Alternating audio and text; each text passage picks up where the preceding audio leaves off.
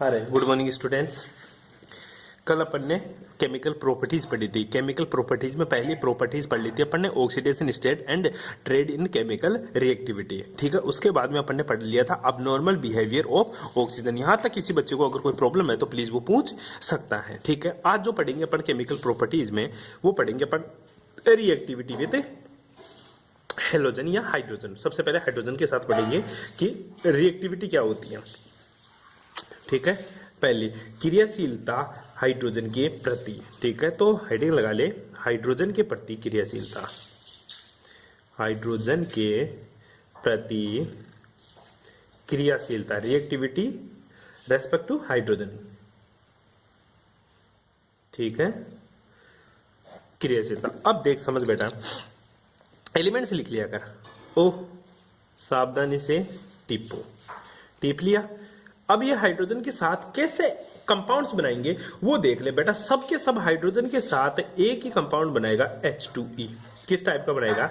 H2E, जहां पर E क्या है तेरे एलिमेंट्स, ये सारे के सारे E है। ठीक है, H2E टाइप के क्या बनाएंगे? सारे के सारे हाइड्राइड बनाएंगे। ठीक है, जहां पर E क्या है? E है मेरा ऑक्सीजन, सल्फर, सेलेनियम, थीलियम, पोलियम। ठीक है, ये सारे के सारे एलिमेंट्स है मेरे।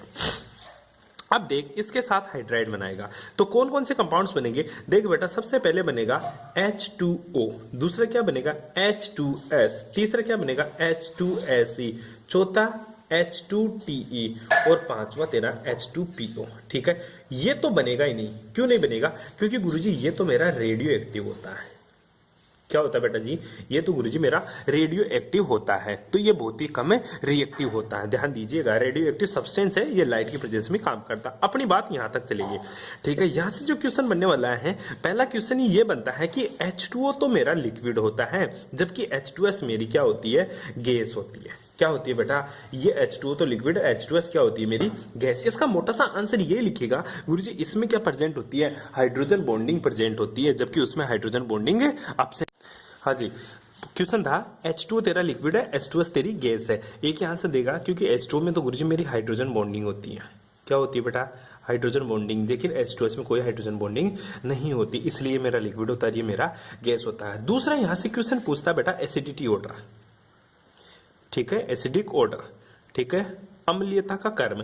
ध्यान देना, H2O तेरा बिल्कुल न्यूट्रल होता है, फिर तेरा H2S होता है एसिड, फिर तेरा H2Se होगा और फिर तेरा H2Te रहेगा। इसका कोई काम नहीं है। ऊपर से नीचे जा रहा है। ठीक है, ऊपर से नीचे जा रहा है तो तेरी एसिडिक स्ट्रेंथ क्या हो रही है? एसिडिक स्ट्रेंथ क्या हो रही है गुरुजी? बढ़ रही है। क्यों बढ़ रही है? ये इंपॉर्टेंट है, क्योंकि ऊपर से नीचे जाएंगे ना तो गुरुजी हाइड्रोजन और ऑक्सीजन, हाइड्रोजन और सल्फर, हाइड्रोजन और सेलेनियम, हाइड्रोजन और थीलियम, ठीक है, इनके बीच की जो बॉन्ड डिसोसिएशन एनर्जी है, ठीक है, बॉन्ड एनर्जी है इनके बीच की, उस बॉन्ड एनर्जी का मान घटता जा रहा है। क्यों? क्योंकि इसका साइज बढ़ रहा है, इसका छोटा, इसका और भी छोटा, इसका ऐसे साइज। ठीक है, ये छोटे छोटे। तो ध्यान देना, ऊपर से नीचे जा रहे हैं ना तो साइज बढ़ने के कारण इनकी बंद ऊर्जा का मान घट रहा है। ध्यान देना, एक तो मोटा आदमी है और एक तेरा छोटा है, पहले भी इस बात का जिक्र कर चुका। इन दोनों के बीच में बॉन्डिंग क्या रहेगी? वीक रहेगी। बॉन्डिंग हमेशा बराबर वालों के बीच में स्ट्रॉन्ग होती है। आई बात समझ में? बड़े आदमी के बीच में और छोटी के बीच में अगर बॉन्डिंग होती है तो वो ब्रेक जल्दी होती है, उनका ब्रेकअप जल्दी होगा। लेकिन ध्यान दीजिए, अगर बराबर बराबर वालों के बीच में बॉन्डिंग हो रही है, ठीक है, तो उनका बीच में ब्रेकअप होना मुश्किल हो जाता है। इसलिए ध्यान दीजिएगा, इसकी बॉन्ड डिसोसिएशन एनर्जी ज्यादा होती, कम होती है, इसकी बॉन्ड डिसोसिएशन एनर्जी ज्यादा होती है। बॉन्ड को तोड़ने के लिए ज्यादा एनर्जी देनी पड़ेगी, इस बॉन्ड को तोड़ने के लिए कम एनर्जी देनी पड़ेगी। इसलिए आसानी से बोल देता है H+ से ले जा, और जो जितना जल्दी H+ देगा उसका एसिडिक नेचर उतना ही ज्यादा होता है। तो ध्यान दीजिएगा, ऊपर से नीचे जाते हैं तो एसिडिक स्ट्रेंथ बढ़ती है, क्योंकि H+ देने की टेंडेंसी बढ़ती है। अब देख, एक चीज और सोच, जो H+ जल्दी देता है, जो H+ देता है उसका रिड्यूसिंग पावर भी ज्यादा होती है। क्या होती है बेटा? उसकी रिड्यूसिंग पावर। रिड्यूसिंग पावर मतलब अपचायक सामर्थ्य। अपचायक सामर्थ्य, रिड्यूसिंग पावर मतलब अपचायक सामर्थ्य। पूछे अपचायक सामर्थ्य का क्रम बताओ तो तू क्या लिखेगा बेटा, अपचायक सामर्थ्य का क्रम। अपचायक सामर्थ्य सबसे ज्यादा किसका होगा गुरुजी, H2Se का, उसके बाद में H2Te का। ठीक है, अच्छा गुरुजी H2O यूज नहीं लेगा अपचायक सामर्थ्य में। बेटा H2O तेरा बिल्कुल ही क्या होता है, न्यूट्रल होता है। H2O क्या होता है, बिल्कुल ही न्यूट्रल होता है। जल ना तो अपचायक का गुण दिखाता ना ऑक्सीकारक का गुण दिखाता है। जल के अतिरिक्त सभी एलिमेंट जो हाइड्रोजन होते हैं वो अपचायक होते हैं। ठीक है, कोई दिक्कत है, जो H2S से कहां तक H2Te तक बढ़ता जाता है। कोई प्रॉब्लम रहे, अरे कोई प्रॉब्लम। अब पूछता है तीसरा, तापीय स्थायित्व। तापीय स्थायित्व बेटा ये बात बहुत इंटरेस्टिंग है। थर्मल स्टेबिलिटी बहुत बार पूछा है। तेरी जो थर्मल स्टेबिलिटी होती है ये डायरेक्टली प्रोपोर्शनल टू होती है, ठीक है, 1 साइज। किसके रे, 1 साइज। अगर आकार बढ़ रहा है तो उसका तापीय स्थायित्व क्या हो जाता है गुरुजी, घट जाता है। तापीय स्थायित्व का मतलब अगर उसको मैं तापमान दूं, टेम्परेचर दूं और वो बॉन्ड ब्रेक हो जाए तो बता सबसे ज्यादा टेम्परेचर किसको देना पड़ेगा तो ताकि उसके बीच का बॉन्ड ब्रेक हो। ठीक है, H2Te एक बड़ा है दूसरा छोटा है तो तोड़ने के लिए थोड़ा सा की ताप दे दे तो बॉन्ड ब्रेक हो जाएगा, लेकिन इन दोनों के बीच बॉन्डिंग क्या है, स्ट्रॉन्ग है, इसलिए इसका ताप स्थायित्व भी क्या होता है, ज्यादा। मतलब ताप के प्रति स्थायी है, कितना भी टेम्परेचर दे ले इसके बीच का बॉन्ड ब्रेक नहीं होगा। तो सबसे ज्यादा जो थर्मल स्टेबिलिटी होती है बेटा वो तेरी H2O की होती है, उसके बाद में तेरी H2S की होती है, उसके बाद में तेरी H2Se की होती है और लास्ट में H2Te की थर्मल स्टेबिलिटी होती है। याद रखना साइज फैक्टर, तीनों का एक ही आंसर है साइज फैक्टर। एसिडिक ऊपर से नीचे जाते हैं एसिडिक स्ट्रेंथ बढ़ती है, गुरुजी ऊपर से नीचे जाते हैं तो एसिडिक स्ट्रेंथ बढ़ती है, बिकॉज ऊपर से नीचे जाने पर हाइड्रोजन और एलिमेंट्स के बीच में बनने वाले बॉन्ड की स्ट्रेंथ कमजोर होती है, वो आसानी से H+ दे देता है, इसलिए ये होता है। ठीक है, अपचायक सामर्थ्य ऊपर से नीचे जाएंगे तो अपचायक सामर्थ्य बढ़ेगा, क्यों, आसानी से H+ दे देगा, अपचयित करने की प्रोबेबिलिटी ज्यादा होती है। बैठ रही है बात समझ में। तापीय स्थायित्व इनवर्सली प्रोपोर्शनल टू 1 साइज, तो ऊपर से नीचे जाएंगे तो तापीय स्थायित्व घटेगा क्योंकि साइज बढ़ती है। कोई प्रॉब्लम रहे, अरे सिंपल सी बात बताई मैंने तेरे को। ठीक है, दूसरी जो बात करेंगे अपन, पहले हाइड्रोजन की प्रति क्रियाशीलता, दूसरी जो क्रियाशीलता की बात करेंगे वो किसके प्रति करेगा हम, ऑक्सीजन के प्रति क्रियाशीलता। किसके प्रति, ऑक्सीजन के प्रति क्रियाशीलता। ऑक्सीजन के प्रति क्रियाशीलता, रिएक्टिविटी किसके प्रति, ऑक्सीजन के प्रति, रिएक्टिविटी टुवर्ड्स ऑक्सीजन, ऑक्सीजन के प्रति क्रियाशीलता। और कितने टाइप के एलिमेंट्स बनाता है ऑक्सीजन के साथ वो देखिएगा, ध्यान देना बेटा। एक तो EO2 टाइप का एलिमेंट्स बनाएगा, दूसरा EO3 टाइप का एलिमेंट्स बनाते हैं। कितने टाइप के एलिमेंट्स बनाएंगे, EO2 और EO3। जहां पे E क्या है गुरुजी, E है ऑक्सीजन सल्फर। ठीक है, तो ऑक्सीजन के साथ जुड़ेगा तो क्या बनाएगा तेरा, O3 बनाएगा। क्या बनाएगा, O3। लेकिन ये तेरा O4 कभी भी नहीं बनता, ये कभी भी नहीं बनता। और O3 क्या है तेरी, ओजोन है। क्या है, ओजोन है, ध्यान देना इस चीज के बारे में। इसी तरह फिर सल्फर की बात करूंगा तो SO2, फिर सेलेनियम की बात करूंगा SeO2।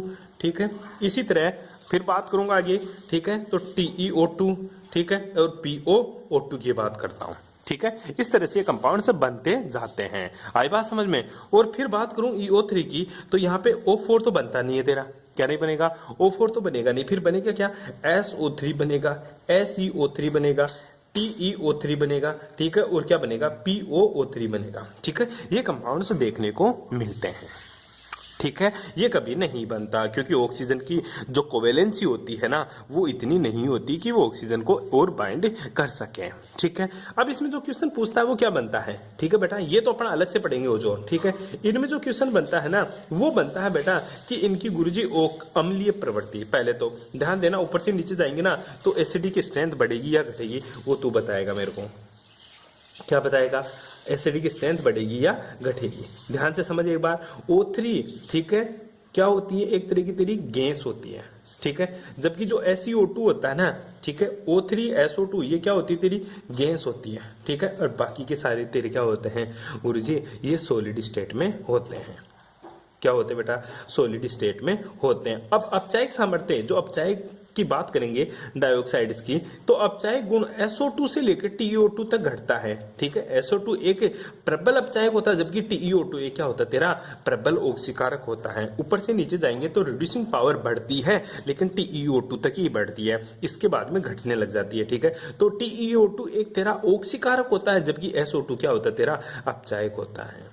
ठीक है, ऐसा क्यों हुआ? ऐसा यहाँ पे इसलिए हो गया गुरुजी, ये अक्रिय युग्म प्रभाव लगने लग जाता है, मतलब इनर्ट पेयर इफेक्ट यहाँ पे आपको देखने को मिल जाता है। ठीक है, जो एसिडिक स्ट्रेंथ पूछता है ना, वो एसिडिक स्ट्रेंथ ऑक्साइड्स की अम्लीय प्रकृति के होते हैं। ये सारे के सारे जो ऑक्साइड होंगे ना, वो अम्लीय प्रकृति के होंगे, लेकिन ऑक्सीडेशन स्टेट ज्यादा, ठीक है, एसिडिक स्ट्रेंथ बढ़ जाएगी, एसिडिटी ज्यादा, इनकी एसिडिटी हमेशा ही इनसे ज्यादा होती है। रीजन यही है क्योंकि गुरुजी इनकी ऑक्सीकरण अवस्था ज्यादा होती है, इनकी ऑक्सीकरण अवस्था क्या होती है, कम होती है। +4 में होते हैं तो +6 में, और acidic strength directly proportional to होती है तेरी ऑक्सीडेशन स्टेट के। किसके पर डायरेक्टली प्रोपोर्शनल टू देखने को मिलेगी तेरे को, ऑक्सीडेशन स्टेट के। ठीक है, ऑक्सीजन के प्रति क्रियाशीलता में ज्यादा कुछ नहीं याद करना, दो तरह के ऑक्साइड बनाता है, EO2 और EO3। EO3 में O4 नहीं बनता, EO2 में O3 बनता है, जिसका नाम ओजोन है। ऑक्सीकरण अवस्था इनकी ज्यादा ये इनकी अम्लीय प्रकृति ज्यादा होती है, इनकी अम्लीय प्रकृति कम होती है। बस ये बात आपको याद रखनी है। कोई प्रॉब्लम बेटा जी यहाँ तक है? अब आगे चलते हैं अपन हेलोजन की प्रति क्रियाशीलता। हाइड्रोजन के प्रति हो गई, ऑक्सीजन के प्रति हो गई। ठीक है, अब बात करेंगे अपन किसके प्रति, हेलोजन के प्रति क्रियाशीलता। ठीक है, हेलोजन, हेलोजन मतलब सारे के सारे जो तेरे क्या बनाते हैं, साल्ट बनाते हैं। ठीक है, हेलो का मतलब होता है साल्ट, जन का मतलब होता है बनाने वाले, साल्ट बनाने वाले क्या बोलते हैं, हेलोजन। चाल्कोजन का मतलब क्या होता है बेटा, ऑक्साइड्स बनाने वाले। ठीक है, दूसरा तीसरी जो प्रॉपर्टीज पढ़ेंगे अपन वो है reactivity towards halogen, reactivity towards halogen. ठीक है, हेलोजन के प्रति क्रियाशीलता, हेलोजन के प्रति क्रियाशीलता। कैसे कैसे ऑक्साइड्स आपको देखने को, हेलाइड्स आपको देखने को मिलते हैं। ग्रुप 15, ग्रुप 16 में जो हेलाइड्स देखने को मिलता है बेटा, वो EX2 भी तेरे को देखने को मिलेगा, EX4 भी देखने को मिलेगा, EX6 भी आपको देखने को मिलेगा। ध्यान दे लेना, OF2 यहाँ आपको देखने को मिलता है। ठीक है, OF2 आपको देखने को मिलता है, OF4 आपको नहीं देखने को मिलेगा। इसी तरह आपको OF6 भी आपको देखने को नहीं मिलेगा, due to absent of vacant d orbital. ठीक है, वैकेंट डी ऑर्बिटल की अनुपस्थिति के कारण ऑक्सीजन हेलोजन के साथ केवल OF2 बनाता है, OCl2 नहीं बनता, OBr2 बनता है और OI2 बनता है। ठीक है, ये क्यों नहीं बनता, ये इसलिए इलेक्ट्रॉन नेगेटिविटी डिफरेंस। ठीक है, बिकॉज ऑक्सीजन और क्लोरीन की इलेक्ट्रोनेगेटिविटी का जो डिफरेंस होता है ना, वो बहुत ही कम देखने को मिलता है, इसलिए ये कभी भी नहीं बनता, ये कभी भी नहीं बनता। यहाँ पे OF2 क्यों बनता है, इनकी इलेक्ट्रोनेगेटिविटी का डिफरेंस कम होता है, पर इनमें पी बॉन्डिंग होती है और इनमें डी बॉन्डिंग होती है, जिसकी वजह से कंपाउंड्स आपको बहुत ही कम देखने को मिलता है। ये ज्यादा देखने को मिलता है, इनमें डी बॉन्डिंग होती है, लेकिन इलेक्ट्रोनेगेटिविटी का डिफरेंस भी बहुत ही ज्यादा होता है। यहाँ पे डी होती है, लेकिन इलेक्ट्रोनेगेटिविटी का डिफरेंस कम होने के कारण ये कंपाउंड्स आपको बहुत ही कम देखने को मिलता है। रेयर केस में ये बन पाता है। कोई प्रॉब्लम रहे, अरे कोई दिक्कत है, आई बात समझ में, ऐसा आसानी से तू कर सकता है बेटा इनका। ठीक है, अब कौन कौन से कंपाउंड्स आपको देखने को मिलेंगे, कैसे कैसे कंपाउंड्स देखेंगे, ठीक है, उनकी बात करते हैं। स्टेबिलिटी ऑफ हेलाइड, हेलाइड्स की स्टेबिलिटी देखनी है कि सर स्टेबिलिटी अगर ये इसके साथ जुड़ रहा है तो फिर स्टेबिलिटी क्या रहेगी। ठीक है, सबसे ज्यादा स्टेबल कौन सा रहेगा, सबसे ज्यादा स्टेबल वही रहेगा जो फ्लोरीन के साथ बॉन्ड बना रहा, फिर क्लोरीन के साथ, फिर मेरा ब्रोमीन के साथ, और फिर किसके साथ, आयोडीन के साथ। Stability of halide with group 16 is fluorine is greater than chlorine and bromine and iodine. आई बात समझ में, ये हमेशा स्टेबल कॉम्प्लेक्स बनाते हैं, किसमें, हेक्सा हेलाइड और hexafluoride are the only stable halide. ठीक है बेटा जी, ये आपको ध्यान में रखनी है, कर लेगा। अब एक एक की चीज एक एक की स्ट्रक्चर पढ़ते हैं, कैसा क्या स्ट्रक्चर होती है वो तू देख। सबसे पहले स्ट्रक्चर पूछेगा तेरे को SF6 की स्ट्रक्चर बता। ठीक है, किसकी स्ट्रक्चर पूछेगा, SF6 के। SF6 की स्ट्रक्चर तभी पता चलेगी बेटा जब तेरे को इसका हाइब्रिडाइजेशन पता होगा, और हाइब्रिडाइजेशन तूने अच्छे से सीख रखा होगा। SF6 में जो हाइब्रिडाइजेशन होता है बेटा वो कौन सा होता है, sp3d होता है। कौन सा होता है, sp3d। और sp3d की जो स्ट्रक्चर होती है वो TBP होती है, टेट्रागोनल बाई पिरामिड है, ट्राइंगल बाई पिरामिड। कैसे स्ट्रक्चर होती है, इस तरह से इसकी स्ट्रक्चर आपको देखने को मिलती है। ये इक्वेटोरियल बॉन्ड होते हैं, ये एक्सियल बॉन्ड होते हैं। ये तो एक्सियल होते हैं और ये क्या होते हैं, इक्वेटोरियल बॉन्ड होते हैं। ठीक है, एक्सियल बॉन्ड पे भी फ्लोरीन जुड़ा होता है, यहाँ पे भी फ्लोरीन, यहाँ पे भी फ्लोरीन, यहाँ पे भी तेरा फ्लोरीन, इस टाइप से। ठीक है, जहां पर बॉन्ड यहाँ पे तेरा सल्फर होता है। ठीक है, इनके बीच का जो एंगल होता है 120 डिग्री का देखने को मिलता है, इनके बीच का जो एंगल होता है वो 90 डिग्री को देखने का मिलता है। कक्षा 11 जब हाइब्रिडाइजेशन पढ़ाया था बेटा, मैंने बताया था 90 डिग्री का क्यों होता है, आप सबको पता होना चाहिए। स्ट्रक्चर इस टाइप से होती है, ये फ्लोरीन ऊपर होता तेरा। ठीक है, ध्यान दीजिएगा। तो बॉन्ड एंगल कितने डिग्री का, 90 डिग्री का। अब bond length of equatorial axial, ठीक है, एक्सियल की जो बॉन्ड लेंथ होती है वो ज्यादा होती है किससे बेटा, इक्वेटोरियल से। ठीक है, ये लॉन्गेस्ट होते हैं। ठीक है, और ये क्या होते हैं, स्मॉल होते हैं, सारे के सारे क्या होते हैं बेटा, स्मॉल होते हैं। ये बातें आप लोगों को पता होनी चाहिए। ठीक है, इसका जो नेचर होता है वो गैसीय होता है। इसी के साथ एक और पूछ लेता कभी कभी तेरे को, SF4 की स्ट्रक्चर, किसकी, SF4। अब SF4 में याद कर, सल्फर के आउटरमोस्ट में कितने इलेक्ट्रॉन होते हैं, टोटल 6 इलेक्ट्रॉन होते हैं। 6 में से 4 तो बॉन्ड बना दिए, एक क्या बच गया, लोन पेयर। लोन पेयर कितना बेटा, लोन पेयर तो गुरुजी 1 है, और बॉन्ड पेयर कितना गुरुजी, बॉन्ड पेयर है यार जी गुरुजी 4। टोटल कितने हो गए बेटा, 5। कितने हो गए बेटा, 5। यहाँ पे सारे के सारे क्या थे, बॉन्ड पेयर थे। बॉन्ड पेयर कितने थे, 6 थे टोटल। ठीक है, बॉन्ड पेयर, सॉरी SF6 की स्ट्रक्चर टेट्राहेड्रल नहीं होती, यहाँ पे TBP नहीं, TBP तो इसकी होगी। ठीक है, यहाँ पे टेट्राहेड्रल, ऑक्टाहेड्रल होती है, सॉरी यहाँ पे स्ट्रक्चर क्या होती है, ऑक्टाहेड्रल। कौन सी स्ट्रक्चर होती है, इसको काट देना एक बार, दोबारा से पढ़ेंगे इसको। ठीक है, SF4 की बात कर ले सबसे पहले। सल्फर में लोन पेयर कितना, 1, बॉन्ड पेयर कितना, 4, टोटल कितने, 5। और 5 में क्या होता है तेरा, sp3d। क्या होता है बेटा, sp3, 3, 4 और 5। ठीक है, अब स्ट्रक्चर बना सल्फर की, ये फ्लोरीन, ये फ्लोरीन। ठीक है, ये फ्लोरीन, ये फ्लोरीन, ये फ्लोरीन, और यहाँ पे क्या आ जाएगा तेरा, लोन पेयर, और यहाँ पे क्या आ जाएगा तेरा, फ्लोरीन। क्या सही है स्ट्रक्चर, क्या लोन पेयर याद रखना सही है।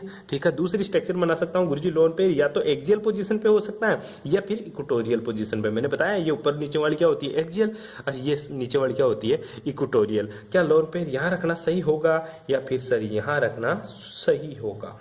ठीक है, ये तेरा फ्लोरीन। ठीक है, यहाँ पे सॉरी लोन पेयर रख दे।